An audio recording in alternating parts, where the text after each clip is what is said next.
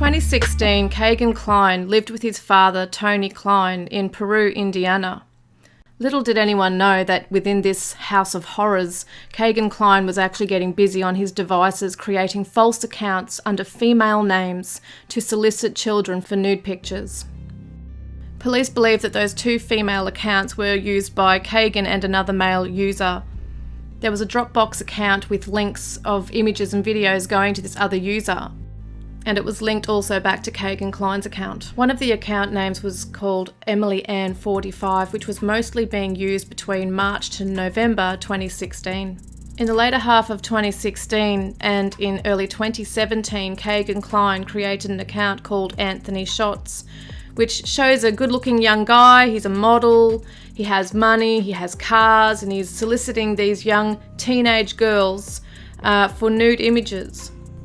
Detectives would later question Kegan as to why there was multiple devices within his home being logged in and out of within minutes of each other, which told them that there was more than one user in that house that was soliciting these girls.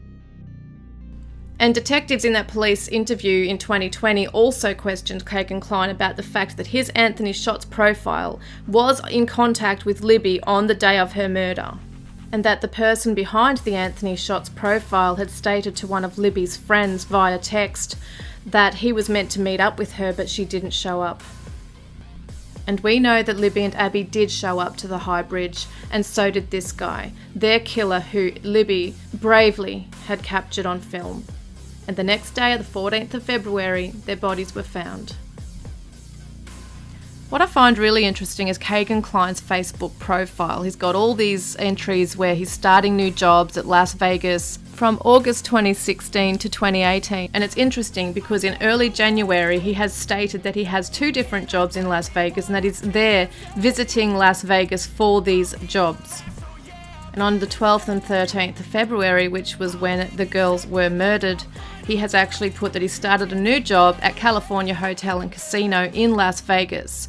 Web sleuths have stated that they believe this could be Kegan's way of creating an alibi to show that he's nowhere near Delphi or in Indiana whilst the murders of Abby and Libby were occurring. And there are suspicions around why Tony Kline and Kegan Kline, a week after the murders, went straight to Vegas for a 4 to 5 day holiday. What I find really interesting here is that Tony Kline has uploaded a Facebook post of Red Rock Canyon on February the 21st, which probably was the first day they arrived there. And in May 2018, Kegan Kline's actually posted on his Facebook a picture exactly the same of Red Rock Canyon. It's obviously a different season. It could have been in May when he was there, living there, that he's taken this photo. He might have been the one that took the photo initially that's on Tony Kline's post back in February 2017. I just find it very interesting they're taking a photo of exactly the same place and on the same angle. Is there something important about this location? So Kegan has gone on this vacation with his dad in Vegas. They're supposed to be having fun and living it up, going to casinos, there's gambling, there's drinking, there's girls, prostitutes, speedways, restaurants, you name it. And Kegan is tapping away on his phone doing a lot of searches on the Delphi murders. His searches included, can law enforcement trace IP addresses from social media? He listened to Bridge Guy's voice, I think it was about 6 times. He looked up articles saying foul play suspected, Delphi community is concerned, something about the Snapchat murders. He searched the JonBenet Ramsey and O.J. Simpson cases as well. And upon returning home from their trip in Vegas, on the 25th of February, their home was raided by police and Kegan was taken in for questioning. Little did Kegan know that the police had a lot of information on him based on his digital trail and his phone GPS data.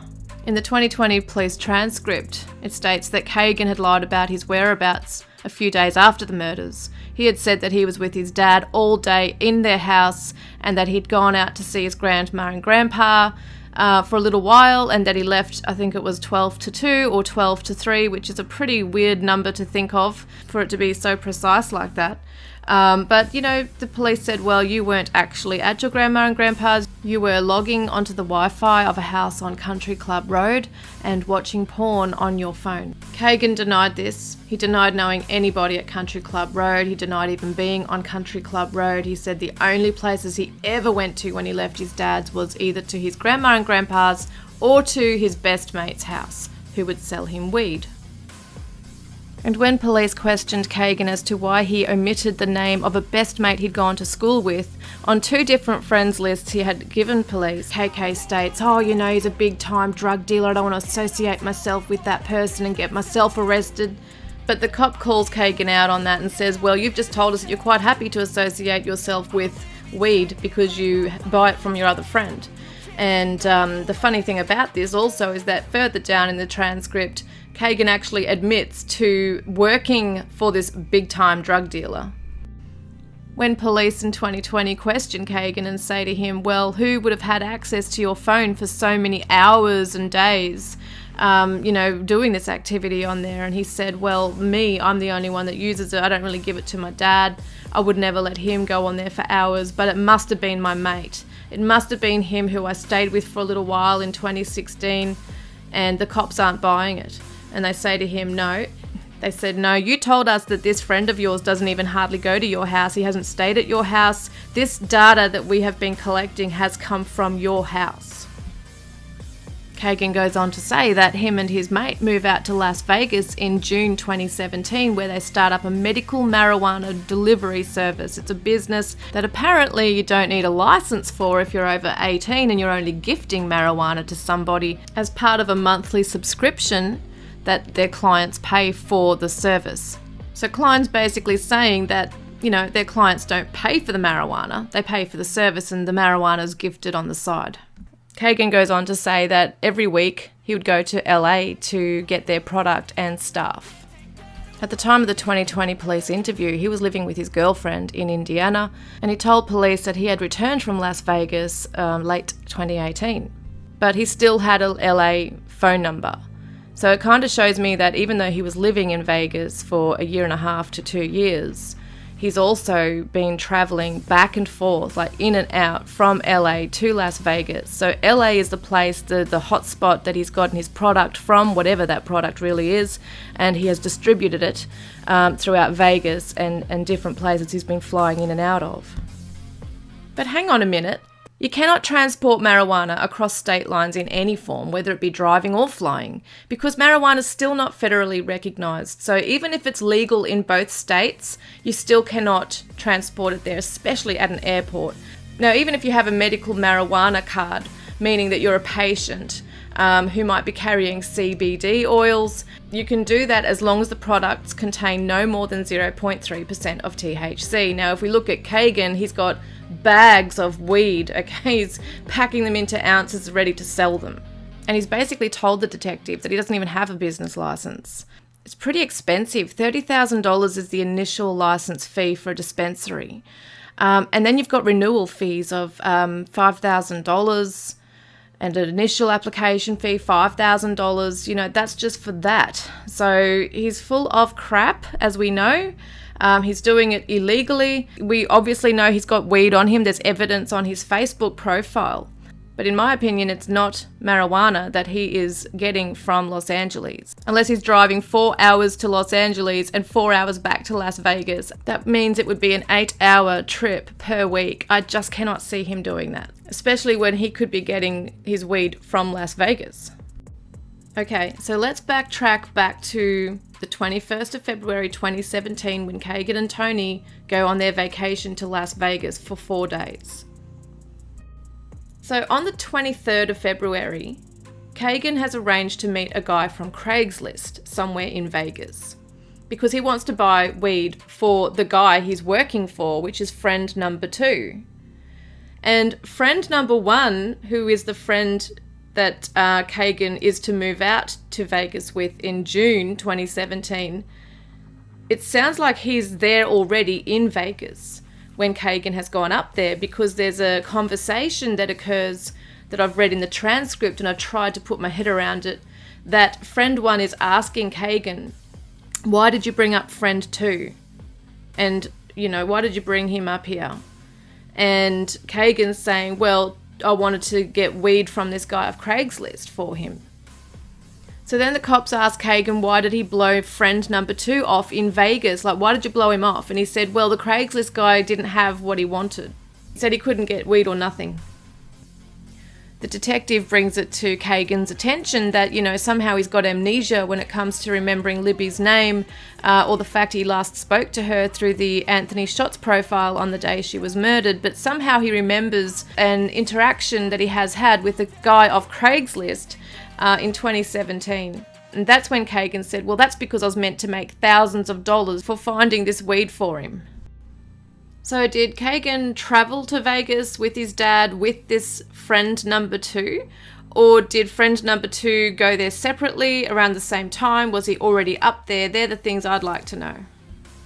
Because it sounds like friend number 2 may have been traveling with Tony and Kegan, because friend number 1 did actually ask him, why did you bring him up here? And what is friend number 2's intentions or motives for actually being in Vegas? Because doesn't he come from Peru, Indiana? And it sounds like he doesn't live or is intending to move to Vegas because he's visiting. Is he somebody that friend 1 and Kegan are working for? Is he the big guy? Because apparently he's a big time drug dealer, and Kegan and this other guy, friend number 1, had started some marijuana delivery service in inverted commas. So are they working for friend number 2? Or friend number 1 may be thinking, well, you're working with me, Kegan, or for me, so why is this other guy coming up here? So Kegan is on a working vacation. This is not just a vacation him and his dad can go and have fun at. He's working a job. Which is why I believe on the 13th of February 2017, he's put up a Facebook post stating that he has started a job in Las Vegas.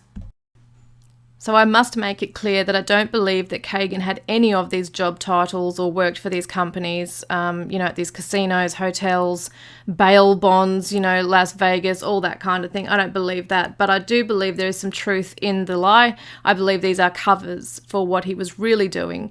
We see that he has been staying at resorts and casinos and hotels.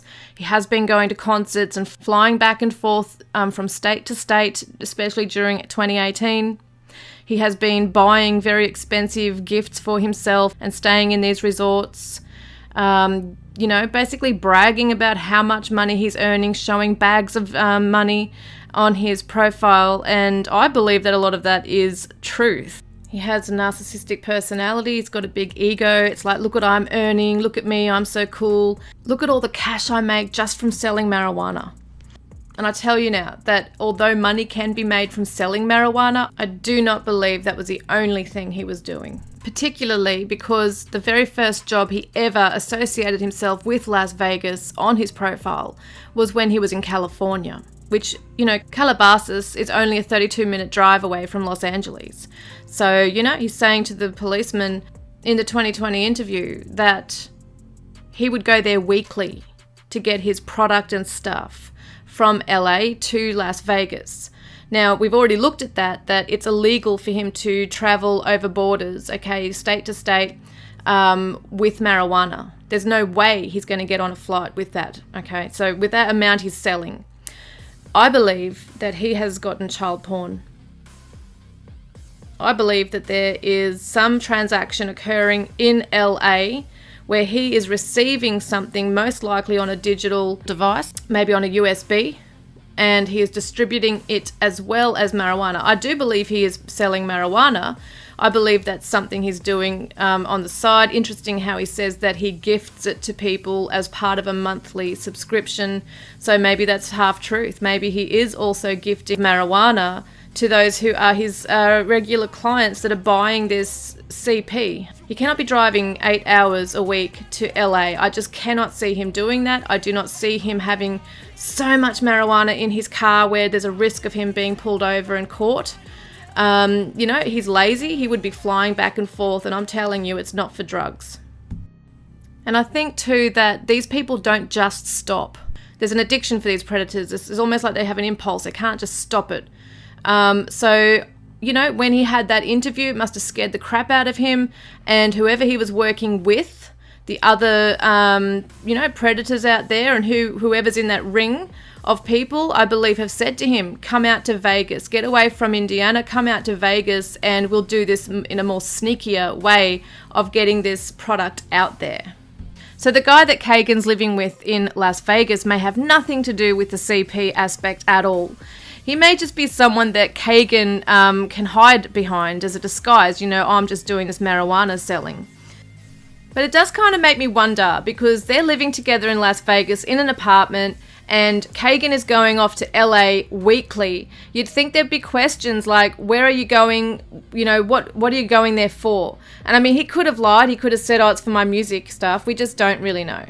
It just makes me wonder, how much information does that guy know? Was he involved? Was he not involved? As far as we know, the police keep telling Kegan in the transcript, we're not worried about him. So they may have already looked into him. They may not have any ties to CP with that guy. But I am interested in why Kegan would omit twice to police his best mate's name. The one that actually went to Vegas when Tony and Kegan were both there on their vacation. And who Kegan is trying to find drugs for through a guy on Craigslist. And here is the catfishing profile Anthony shots that Kegan had created in the later half of 2016 and had used in 2017 to solicit nude pictures from children. And this was the one that was also interacting with the other perpetrator and, others that were receiving links through the Dropbox. So we can see that he's put LA and New York, but he hasn't put Las Vegas, which is interesting. So it tells me that LA, especially since he's put it first, is the main hotspot for his business. And being on an Anthony Shots profile, which is a catfishing profile to do with CP, it tells me that this is a business profile. CP is a business for these predators because they make a lot of money. And LA is like the headquarters, okay? He did say to the detective he gets his product from LA, and he doesn't obviously tell him what that is. But that's what he's saying. He gets his product out there, goes out there weekly. And I mean, this was back in 2016 as well. So he was also traveling to New York. And we have a music clip of his that actually is dated December 2016. And maybe at that time he was actually distributing the material to New York. And then he's moved on to Las Vegas. So no doubt he's, catching up with people, the boss, whatever, whoever it is, and receiving this material, whether it be through USBs or hard copy photos, whatever it might be. So he's in and out of these places very quickly, flying in and out really fast, moving around fast, distributing this material out to the clients and earning hundreds, if not thousands of dollars doing this. And in 2018, he's traveling back and forth. He is going on a Warped tour. He's into photography, so he's able to get backstage passes for the concerts and take photos for the bands. He's amongst so many crowds of people. There could be so many clients that could easily obtain CP material and nobody would be detecting anything. Kegan's Facebook and music videos tell a story. They are visual diaries showing what's going on with these transactions and where they're happening. For instance, May 16th, 2018, he puts up a post saying it's delivery day in Las Vegas at 10:49 a.m. And he's obviously delivered a product. The next night, he's posted up that he's in a casino and he's got expensive food and meals and Louis Vuitton. There's so much going on for him. And then on the 19th, he's posting a picture of all this money in a bag. And then on the 23rd, he's posted up this picture of Red Rock Canyon. I think it's to let people know he's there, or he's completed a deal, because not long after, on the 10th of June, he goes to Los Angeles. Now, we do know he is a musician. He's checking into Blumhouse Productions, so there's something there. I do believe that he has some kind of musical connection there, but I do believe there's also the other stuff going on, because 3 days later, he arrives back in Vegas, says he's glad to be back in his city. And then on the 17th, he is putting up a post about how many website sales he's had, and he's showing you how much money he's making from this. And I don't believe this is from graphic designing. I mean, where's all the proof? You know, if that was the case, he'd be so narcissistic and egotistical. He'd be posting up all these things that he's been doing for all these companies. It ain't happening. So I believe this is CP related. Through his music videos, Kline is basically giving us a visual diary of what was actually going down. We're going to watch one that he posted in 2020. But if you look at all the photographs that he has used for this video, this was stuff that was happening in 2018. From the Warped tours, the casinos, Las Vegas, everything. Even the Red Rock Canyon, I think, is in there.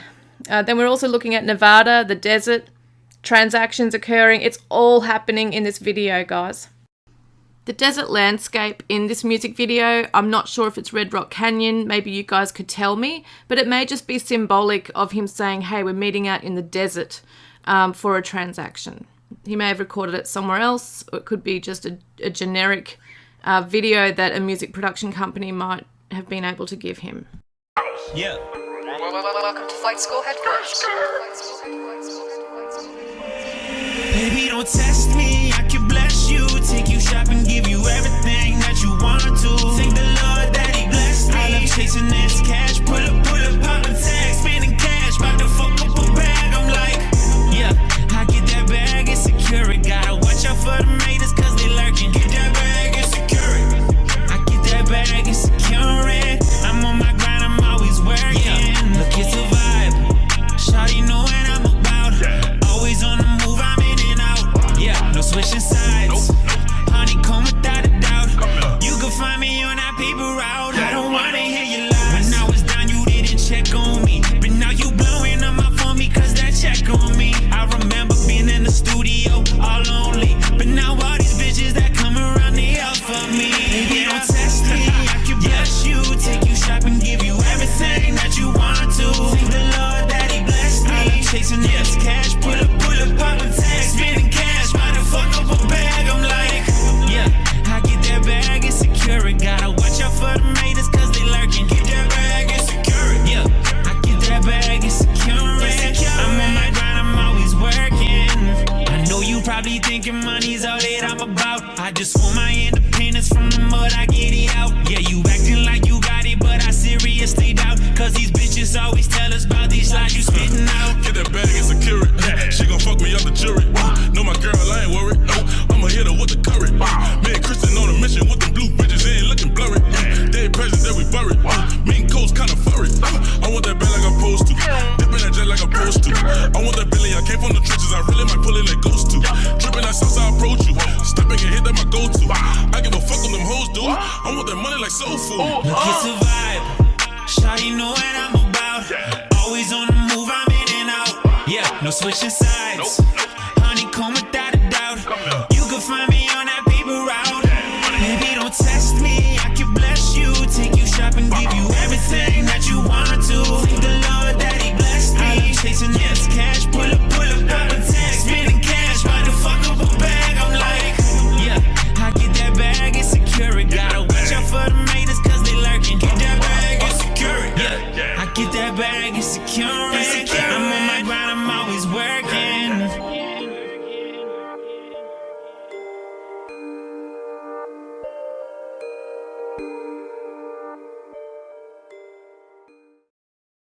So here is the transaction in the desert.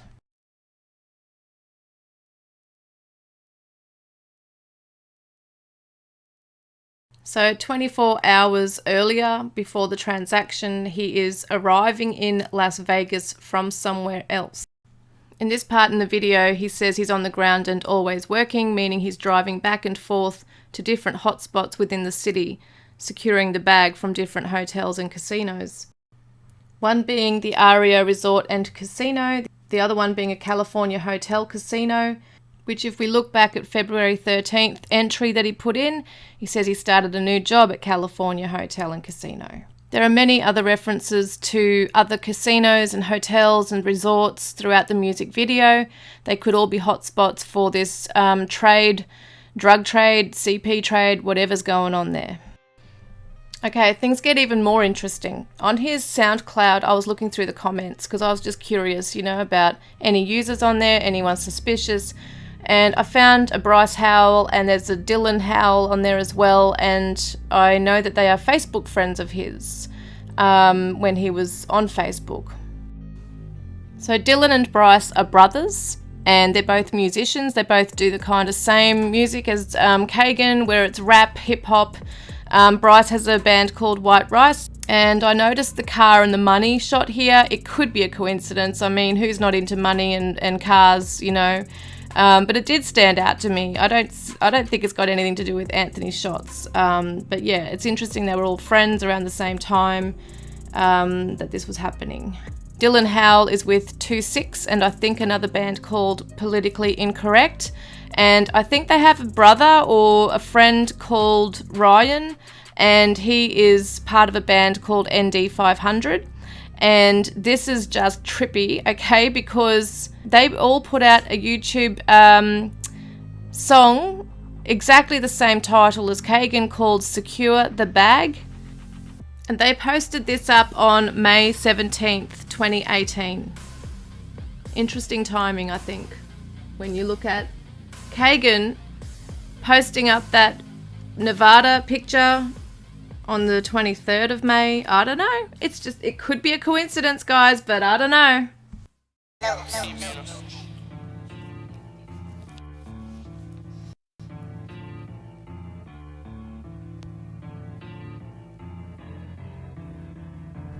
So we see a transaction occurring. He's got a backpack on and he's handing it over.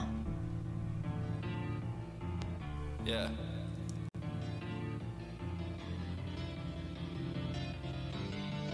For the bag that got me working extra shifts. Worked too hard to ever quit. I was down, broken, bad, but now I'm fixed. Back and forth with the bag, you can't commit. You see I stayed humble and you see I never quit. Always dealt with static, ain't no problem I couldn't fix. And all these temptations, I can't lie, I used to drift. I had to find my way, I had to find 2-6. Picked up Indy 500 for the quick trip. I want to secure the bag, make sure my family's straight. Yeah, I be working hard till I see the heaven gates. You say you want a bag, but you gon' procrastinate. You say you doing good, but we can be doing great. Secure the bag, make sure my family's straight. I've been working hard, I ain't slept in days. Taking challenges and I ain't never afraid. And then they go and do a New York video, just like Kegan. I have sped this one up also.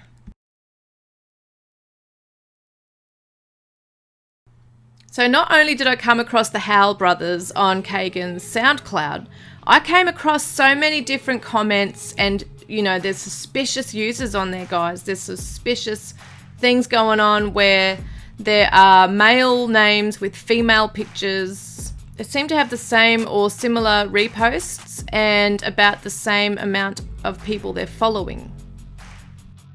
Most of these screenshots I did take back in 2022, so that's why it says 2 years ago. This Stephen guy has a red car. I have no idea about models of cars. I'm hopeless, but is that a Ferrari? I don't know. Let me know. Then we've got Jenny here who has a male profile picture. It was stated that the other female account that Emily Ann 45 was talking to was actually owned by an Indian male.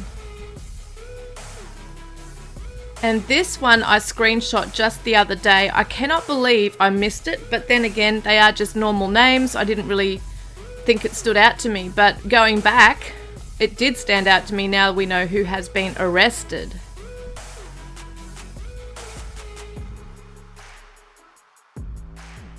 I checked Kegan's Instagram back in 2022 and I just was looking for, suspicious profiles, and this one was following Kegan.